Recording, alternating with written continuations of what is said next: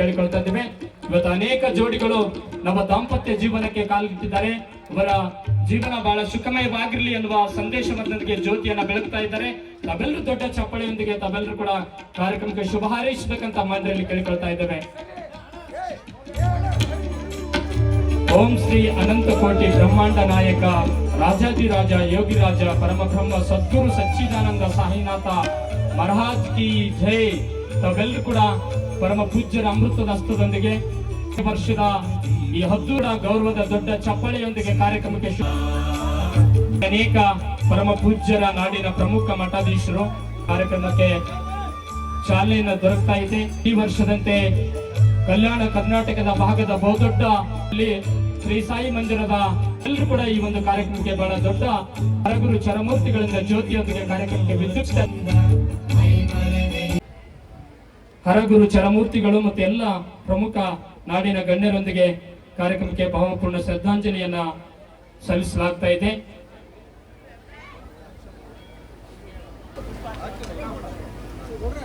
ಮತ್ತು ಸಮಾಜದ ಪರಮ ಪೂಜ್ಯರು ನಮ್ಮ ಭಾಗಕ್ಕೆ ತಮ್ಮದೇ ಆಗಿರ್ತಕ್ಕಂಥ ಬಹುದೊಡ್ಡ ಸಮಾಜದ ಏಳಿಗೆಗೆ ಕೊಡುಗೆಯನ್ನ ನೀಡಿರ್ತಕ್ಕಂಥ ಶೈಕ್ಷಣಿಕ ಧಾರ್ಮಿಕ ಕೊಡುಗೆಯನ್ನು ನೀಡಿರ್ತಕ್ಕಂಥ ಪರಮ ಪೂಜ್ಯರು ಕಾಗಿನೆಲೆಯ ಪರಮ ಪೂಜ್ಯ ಸಿದ್ದರಾಮಾನಂದ ಪುರಿ ಮಹಾಸ್ವಾಮಿಗಳು ಇತ್ತೀಚೆಗೆ ನಮ್ಮಿಂದ ಆಗಲಿದ್ದಾರೆ.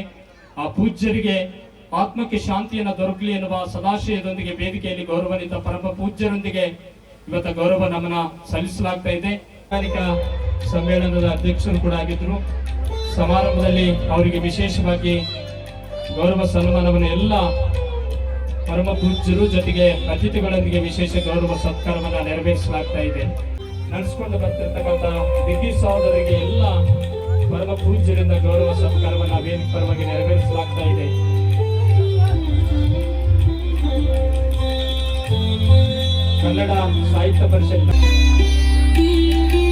ಕನ್ನಡ ಸಾಹಿತ್ಯ ಪರಿಷತ್ ಅಧ್ಯಕ್ಷರಾಗಿರ್ತಕ್ಕಂಥ ಸಿದ್ದಪ್ಪ ಭಟ್ಟಿ ಅವರಿಗೆ ವೇದಿಕೆ ಪರವಾಗಿ ಗೌರವ ಸತ್ಕಾರ. ಬಹಳ ಅದ್ದೂರಿಯಾಗಿ ಕಾರ್ಯಕ್ರಮವನ್ನು ಆಯೋಜನೆ ಮಾಡಿ ಸಾವಿರಾರು ಉಚಿತ ಸಾಮೂಹಿಕ ಕಾರ್ಯಕ್ರಮಗಳನ್ನು ಮಾಡ್ತಾ ಸಮಾಜಮುಖಿ ಕೆಲಸದಲ್ಲಿ ತೊಡಗಿರ್ತಕ್ಕಂಥ ಮಹಾರಾಜ್ ದಿಗ್ಗಿ ಅವರಿಗೆ ಪೂಜ್ಯರು ಗೌರವಪೂರ್ವಕವಾಗಿ ಅವರಿಗೆ ಅಭಿನಂದಿಸ್ತಾ ಇದ್ದಾರೆ. ಪ್ರಾರಂಭಗೊಂಡಿರ್ತಕ್ಕಂಥ ಸಾಯಿಬಾಬರ ಜಾತ್ರೆ ನಾವು ಕೂಡ ಯಾವುದಕ್ಕೂ ಕಮ್ಮಿ ಇಲ್ಲ. ಆ ಜಾತ್ರೆಗೆ ಅನುಗುಣವಾಗಿ ನಾವು ಕೂಡ ಆ ಮಟ್ಟಕ್ಕೆ ಮುಟ್ಟಿದ್ದೇವೆ. ಈ ಜಾತ್ರೆ ಅಂತಂದ್ರೆ ತಪ್ಪಾಗ್ಲಿಕ್ಕಿಲ್ಲ ಅಂತ ಈ ಸಂದರ್ಭದಲ್ಲಿ ಹೇಳಿಕ್ ಬಯಸ್ತೀನಿ. ಜಾತ್ರೆಗಳಂದ್ರೆ ನಮ್ಮ ಸಂಸ್ಕೃತಿಯನ್ನ ಬಿತ್ತುವಂತ ಒಂದು ಸಂದರ್ಭ. ಈ ಜಾತ್ರೆಗಳಲ್ಲಿ ನಾವು ಯಾರು ಅವ್ರಿವ್ರಂತಿಲ್ಲ, ಎಲ್ಲರೂ ಸಂಗಮ. ಇದು ಈ ಸಂಗಮದಲ್ಲಿ ಬಂದು ಸಂಸ್ಕೃತಿಯನ್ನ ತಗೊಂಡು ನಾವು ಮನೆಗೆ ಹೋಗಿ ನಮ್ಮ ಜೀವನದಲ್ಲಿ ಅಳವಡಿಸಿದ್ದಾದ್ರೆ ನಮ್ಮ ಸಂಸ್ಕೃತಿ ಉಳಿತದೆ, ನಮ್ಮ ನಾಡು ಇನ್ನೂ ಭವಿಷ್ಯ ಚೆನ್ನಾಗಾಗ್ತದೆ. ಅನೇಕ ಗುರುಗಳು ಇವತ್ತು ವೇದಿಕೆ ಮೇಲೆ ಇದ್ದಾರೆ. ಅವರೆಲ್ಲರ ಮಾತುಗಳನ್ನು ತಾವೆಲ್ಲ ಆಲಿಸ್ಬೇಕು, ಜೀವನದಲ್ಲಿ ಅಳವಡಿಸ್ಬೇಕು. ಇದಕ್ಕೆಲ್ಲ ಕಾರಣಭೂತರು ಮಹಾರಾಜ್ ದಿಗ್ಗಿ ಅವರು. ಮಹಾರಾಜ್ ದಿಗ್ಗಿ ಅವರು ಅನೇಕ ತಮ್ಮ ಎಲ್ಲ ಚಟುವಟಿಕೆಗಳನ್ನ ಮಧ್ಯದಲ್ಲಿ ನಾನು ನೋಡ್ತಾ ಇರ್ತೀನಿ. ಬೆಂಗಳೂರಿನಾಗ ಯಾವಾಗಲೂ ಅಲ್ಲೇ ಇರ್ತಾರೆ.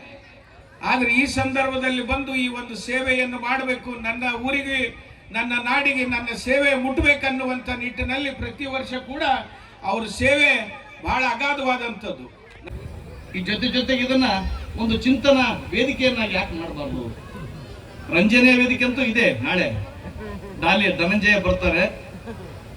ಹಾಗೆ ಇದು ಒಂದು ದಿನ ಪೂರ್ವದಲ್ಲಿ ಈ ಸಾಮೂಹಿಕ ಮದುವೆಗಳ ಜೊತೆಗೆ ಒಂದು ಒಂದು ಗೋಷ್ಠಿಗಳನ್ನು ಕೂಡ ಯಾಕೆ ಏರ್ಪಡಿಸಬಾರ್ದು? ನಮ್ಮ ಭಾಗದ ಜನಗಳಲ್ಲಿ ಪ್ರಜ್ಞೆ ಬರಲಿ, ಅರಿವು ಬರಲಿ, ಅವರಲ್ಲಿ ಕಡ್ಕೊಳ್ಳ ಮಡಿಯೊಳಪ್ಪನವರ ವಿಚಾರಗಳು ಬರಲಿ, ಜೊತೆಗೆ ಬಸವಾದಿ ಶರಣರ ವಿಚಾರಗಳು ಸಂಗತಿಗಳು ಅವರಿಗೆ ಮನದಟ್ಟಾಗಲಿ. ಆ ಮೂಲಕ ನಾವೆಲ್ಲ ಬೆಳೀಲಿಕ್ಕೆ ಸಾಧ್ಯ ಆಗ್ತದೆ. ಈ ಸಂದರ್ಭದಲ್ಲಿ ಈ ಸಾಮೂಹಿಕ ಜೋಡಿಯ ಕಾರ್ಯಕ್ರಮ ನಾವು ಇಟ್ಟುಕೊಂಡಿದ್ದಾರೆ. ಬಹುಶಃ ಗುರುಮಠಕಲ್ ಸ್ವಾಮೀಜಿಗಳಾಗಲಿ, ನಮ್ಮ ಕವಿರಾಂಧ ಸ್ವಾಮಿಗಳಾಗಲಿ, ಅಥವಾ ನಮ್ಮ ಕಡಕೊಳದ ಶ್ರೀಗಳಾಗಲಿ ಅವ್ರಿಗೆ ಅರ್ಥ ಆಗೋದಿಲ್ಲ, ನನಗಂತೂ ಗೊತ್ತಿಲ್ಲ, ನನಗಂತೂ ಇನ್ನೂ ತಿಳಿದಿಲ್ಲ. ನಾನು ಲಗ್ನ ಆಗಿ 27-28 ವರ್ಷ ಆಯ್ತು, ಇವತ್ತಿಗೂ ನನಗೆ ಅದ್ರ ಅರ್ಥ ಗೊತ್ತಾಗಿಲ್ಲ. ಹೇಳ್ಬೋದಲ್ಲ, ಕುವೆಂಪು ಅವರು ತಮ್ಮ ಮಗನ ಮದುವೆ ಮಾಡುವಾಗ, ತೇಜಸ್ವಿ ಅವರ ಮದುವೆ ಮಾಡುವಾಗ ಅವರಿಬ್ಬರನ್ನ ಒಂದು ಕಡೆ ಕೂಡಿಸಿ ಅವರಿಬ್ಬರು ಒಂದು ಕಡೆ ಪ್ರಮಾಣ ವಚನ ಸ್ವೀಕರಿಸ್ತಾರೆ ಅಷ್ಟೇ. ಆ ವಚನಗಳು ಮಡಿವಾಳಪ್ಪನ ವಿಚಾರಗಳು ಪದ ಹಾಡಿದ್ರೆ ಅವ ಕೇಳ್ತಾನೆ, ಮಗನೇ ಬಡಿಗೆ ತೊಗೊಂಡು ಬರ್ತಾನೆ ಅವನಿಗೆ ಅಂದ ಮಡಿವಾಳಪ್ಪ. ಹುಮ್ಮ ಕಾಣಿಸ್ತಾನೆ ಗುಮ್ಮುದೇ ವಾಜಿಮಂದವ, ಸಾಚಾ ಕಾಣಿಸ್ತಾನೆ ಕೈಲಾಸ ವಾಜಿಮಿ. ಒಳ್ಳೆ ಉತ್ತಮ ಮನುಷ್ಯನಿಗೆ ಉತ್ತಮ ಮಾತಾಡು, ಅವ ಹುಮ್ಮನಾಗ ಏನಂದ್ರು ಗುಮ್ಮುದೇ ವಾಜಿಮಿ. ಪೊಲೀಸ್ ಸ್ಟೇಷನ್ಗಳು ಯಾಕಾಗ್ಯಾವ? ಬಸವನಾಡಿನೊಳಗೆ ಈ ಜಗತ್ತದೊಳಗ ಅನೇಕ ಸಂತರು ಹುಟ್ಟಿರ್ತಕ್ಕಂಥ ನಾಡಿನೊಳಗ ಓಣೋಣಿಗೊಂದು ಪೊಲೀಸ್ ಸ್ಟೇಷನ್ ಆಗುವಂತ ಕಾಲ ಬಂದಾವಿ. ಒಳ್ಳೆ ವಿಚಾರ ತಿಳಿಸುವಂತ ಇವತ್ತಿನ ಸಾಮಾಜಿಕ ವ್ಯವಸ್ಥೆಯನ್ನು ಆಗಬೇಕು. ಎಲ್ಲರೂ ಕೆಲಸ ಒಂದು ಗೂಡಿ ಮಾಡಬೇಕು. ಇವತ್ತ ಜಾತ್ಯತೀತ ರಾಷ್ಟ್ರ ತೆಗೆದು ಜಾತೀಯ ರಾಷ್ಟ್ರ ಮಾಡೋದಕ್ಕಿಂತ ಮೇಲೆ ನಾವು ಜಾತ್ಯತೀತ ರಾಷ್ಟ್ರ ತೆಗೆದು ಜಾತೀಯ ರಾಷ್ಟ್ರ ಮಾಡಿದಾಗ ನಡೀತದ.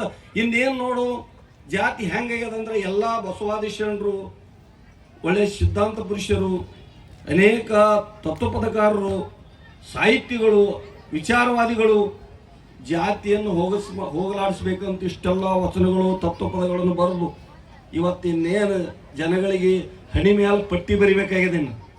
ನಾವು ಈ ಜಾತಿಯವ ಅಂದಾಗ ಅಲ್ಲಿ ಮಾನ್ಯತೆ ಆದ ಅನ್ನಿಸ್ತದೆ ನಮಗೆ. ಇವತ್ತಿನ ದಿನಮಾನಗಳಲ್ಲಿ ಅದೆಲ್ಲ ಹೋಗಬೇಕು. ಸಮಾನತೆಯಾಗಿ ಇವತ್ತು ಸಾಮೂಹಿಕ ವಿವಾಹ ಮಾಡಿಕೊಟ್ರು.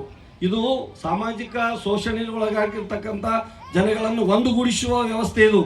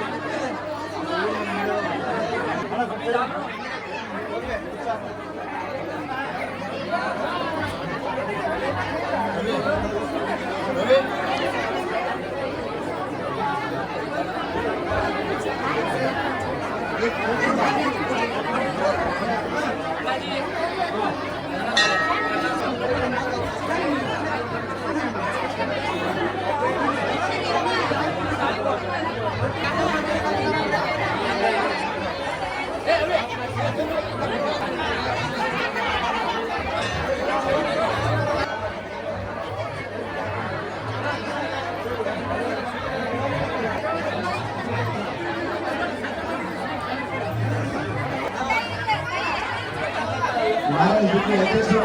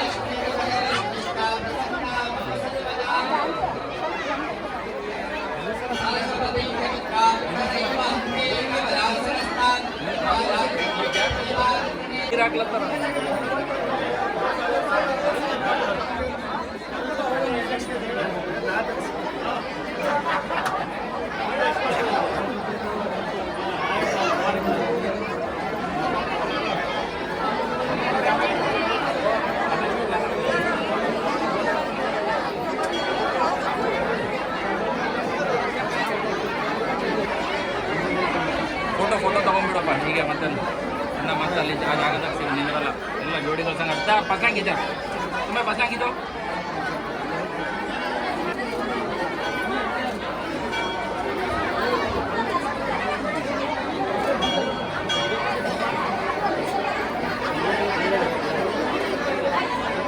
Photo camera